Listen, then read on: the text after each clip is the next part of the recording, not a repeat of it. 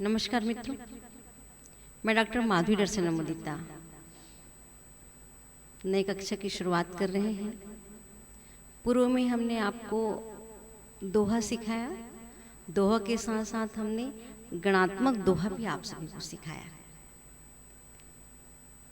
आज हम जिस कक्षा को लेकर के आए हैं, आज जिस विषय को लेकर के आए हैं, जिस पर हमको चर्चा करनी है, वो है सोठा।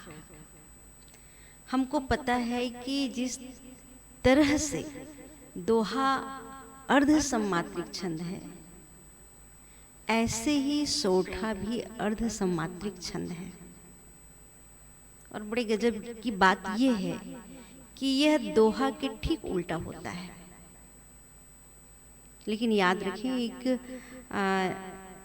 मैं ये कहना चाहूँगी कि मैंने माधुरी मंजूषा नाम की मेरी पुस्तक है, जिस पर 251 शीर्षक पर मैंने 2510 सोठे लिखे हैं।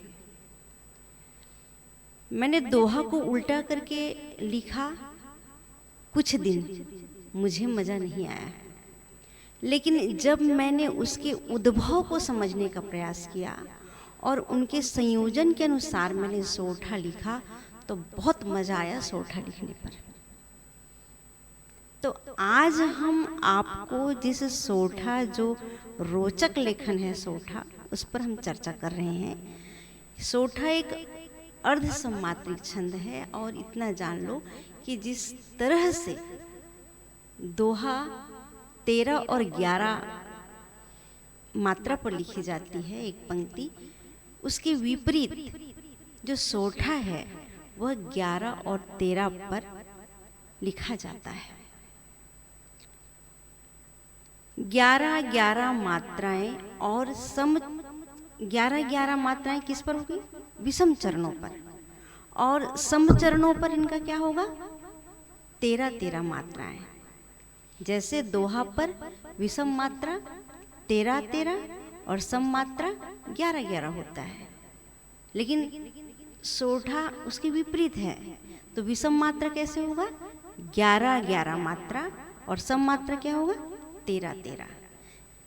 जिस तरह से हम दोहे पर विषम मात्रा में जो 11वीं मात्रा है उसको लघु रखते हैं, वैसे अब सोठा पर हम जाएं तो उनके सम मात्रा भी क्या हो जाएगा? 11वीं मात्रा लघु ही होगी। ठीक है, अब हम उनके कल संयोजन को समझें। अब हम विषम चरण के कल संयोजन को हम समझें। विषम चरण कौन से होगा? जो 11वां मात्रा है। 11 और 13 मात्रा पर 11 यति और 13 मात्रा, इस पर हम सोठा लिखेंगे। तो इसके हम कल संयोजन को देखें। समकल संयोजन कैसे होगा? 4-4-3, मतलब चौकल चौकल और त्रिकल। और विषम कल संयोजन कैसे होगा? त्रिकल त्रिकल द्विकल त्रिकल, मतलब 3-3-2-3। अब हम आते हैं इनके समकल संयोजन पर। समकल संयोजन कैसे होगा? चौकल चौकल त्रिकल और द्विकल। 4-4-3-2। और विषम कल संयोजन कैसे होगा? त्रिकल त्रिकल द्विकल द्विकल, त्रिकल त्रिकल द्विकल त्रिकल और द्विकल। 3-3-2-3-2। ये जो हम आपको बता रहे हैं ये सोठा के नियम है। मैं अपनी रचना आप सभी के सामने प्रस्तुत कर रही हूँ, जो माधुरी मंजूषा नामक पुस्तक से लिया गया है। देखिए, जीवन बदला ढंग, धानी चुनरी ओढ़ ली, मिले गगन से अंग, सुरभित होती है धरा, बरसे तृष्णा बूंद, सावन आया झूम के, लेती आंखें मूंद, मैं प्यासी हूँ सांवरे, सावन है अनुकूल, प्रीतम आ भी जाइए, देख खिलेंगे फूल मन बगिया के अब सभी।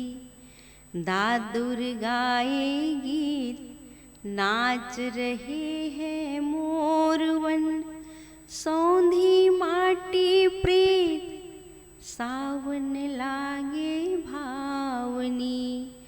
तपन बुझा दे आज, काली मेघा अब बरस, रखिए मेरी लाज, बन संदेशी प्रेम का। सावन झूले आज, आम्र कुंज में है सजी, बात बता प्रिय लाज, सखियां कजरी राग ले। याद रखिए, इनका तुकांत कहाँ पे होगा? विषम चरण पर, और सम चरण पर तुकांत ना रखें, सम चरण पर अतुकांत रखें, तब सोठे का सही मजा आपको आएगा। आप उनके उद्भव को देखिए। आप याद रखें कि दोहा को आप उल्टा करके सोठा नहीं बनाएंगे, नहीं तो आपके जो भाव संयोजन है उसमें बिखराव आएगा। जिसका नियम जिस तरीका से बना है, उस नियम के प्रावधान पर आप खरे उतरे तो लिखने में, पढ़ने में, सुनने में बहुत मज़ा आएगा, बहुत रस की अनुभूति होगी। और सारे शब्द जो प्रस्तार करेंगे, जिस विधान पर आप शब्द को संयोजित करेंगे, उसका आनंद ही कुछ और होगा। आप लोग समझिए, जानिए और सोठा पर आप खरे उतरिए। इन्हीं भावों के साथ में बहुत बहुत धन्यवाद।